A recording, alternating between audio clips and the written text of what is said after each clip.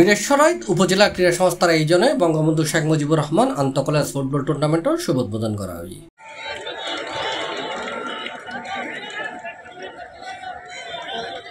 Mayor 25 তারিখ শনিবার বিকাল 4টায় জোরারগঞ্জ আদর্শ উচ্চ বিদ্যালয় মাঠত খেলার শুভ উদ্বোধন করছে মিরেশ্বরাই সাংসদ মাহবুবুর রহমান রোহেল।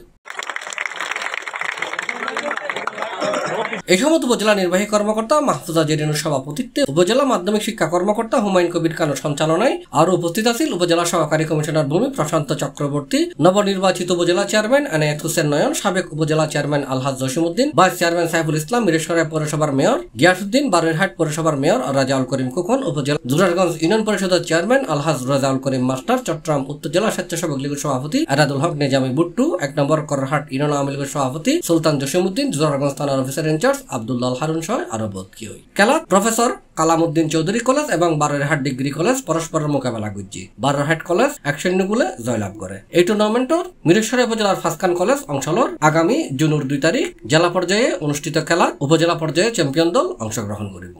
আমি মনে করি আমাদের যুব সমাজকে সমৃদ্ধিতে এগিয়ে নিয়ে যেতে হলে অবশ্যই যে খেলাধুলা এবং ক্রীড়া সংস্কৃতি এটার সাথে আমাদের তাদেরকে ব্যস্ত রাখতে হবে এবং বিশেষ করে মাদক থেকে দূরে রাখতে গেলে এটা কোনো বিকল্প নেই।